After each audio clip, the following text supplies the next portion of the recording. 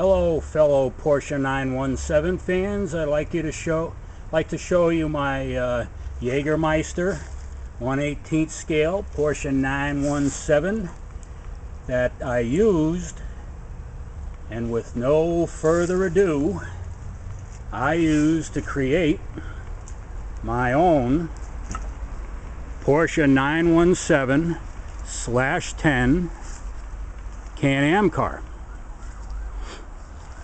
And what you'll find very interesting about this car, this is my first video, so bear with me. It has a fuel cell. It's going to be used for hill climbs and track days.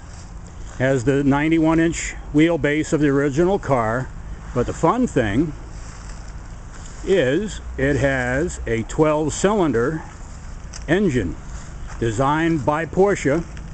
These are Subaru Tribeca engines.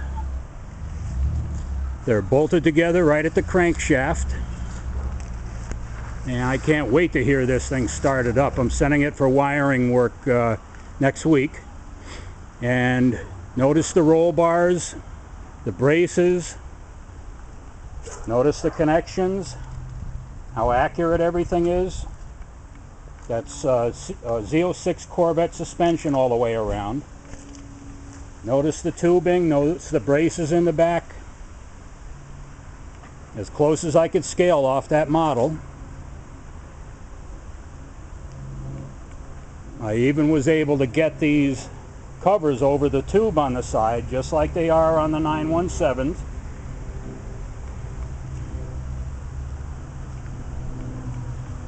The car has all VDO gauges, oil pressure, oil temperature, and water temperature for both engines.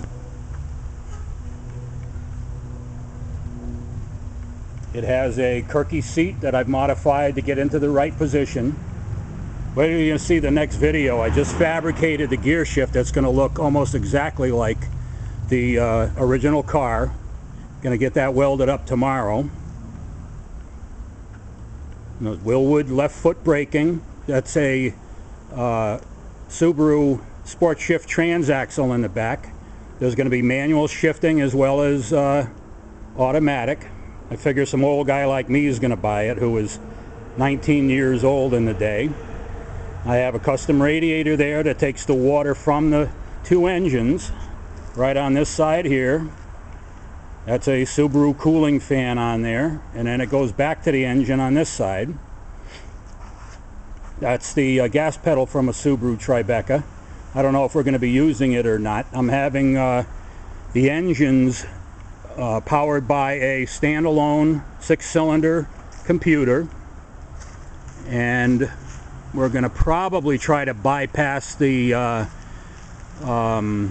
variable valve timing, the smog, the whole 9 yards, and drive this just like an engine that would have been running 1971.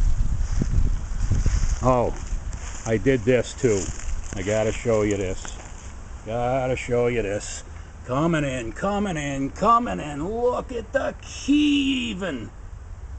How about that, huh? And this steering wheel is a Prototipo, Momo Prototipo steering wheel. I should have straightened it out. And it's from the period. Look at the condition of the leather on it. And if you go to, on YouTube, if you go to the one where they change those broken head bolts, they have a steering wheel that looks exactly like that.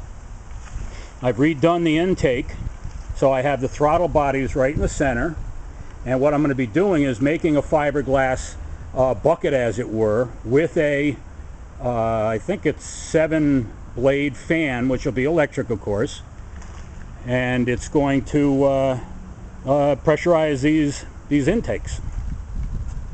And some more of that detail. And I have an oil cooler, a transaxle cooler, just like the Can-Am car did. And I've got that all plumbed up, and I've got the filter buried down in there.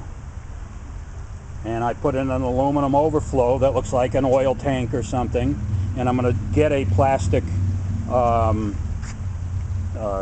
plastic can down on the bottom for overflow and stuff. I just found out I can't get the originals.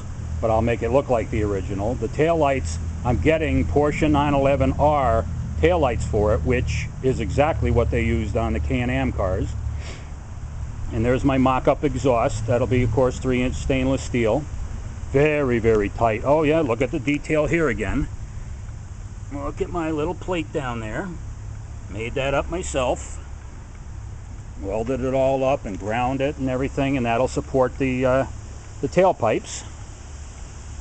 These are Z06 wheels and tires. That's the best I could do with the Corvette suspension. You can go down to 17-inch and still fit them on there, but to get any wider tires you have to go to custom wheels, and that wasn't in the budget.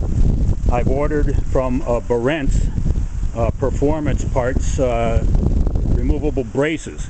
So right from over here across over to there will be a brace, then one back to the center there and another one back over to this corner.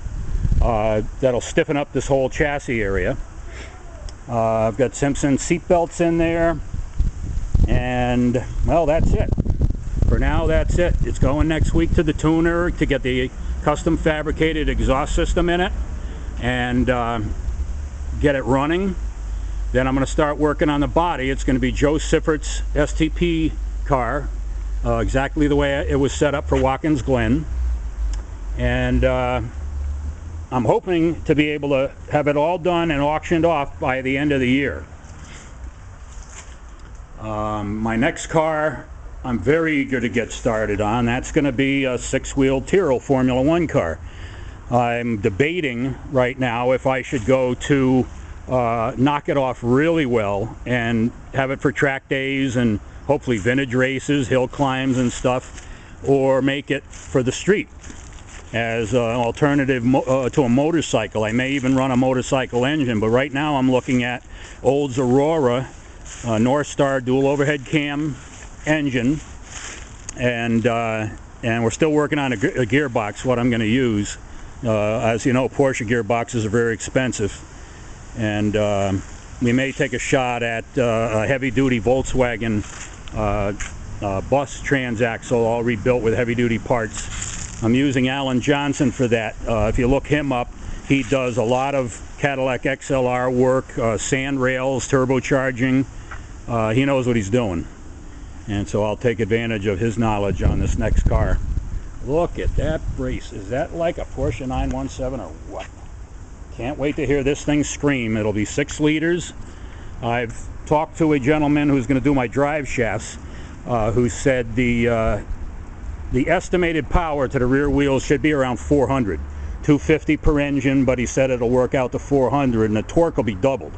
I don't know how all that works, but that's what that's going to be. Has a Porsche 911 rack and pinion steering that's been slightly modified to make it work here. And so there it is, folks. This is part 1, and as soon as I get this running and get the lights on, the exhaust system in, I'll do part 2, and then I'll show you how the body's going, and maybe even do some videos while we're tuning the suspension and so forth. So see you later.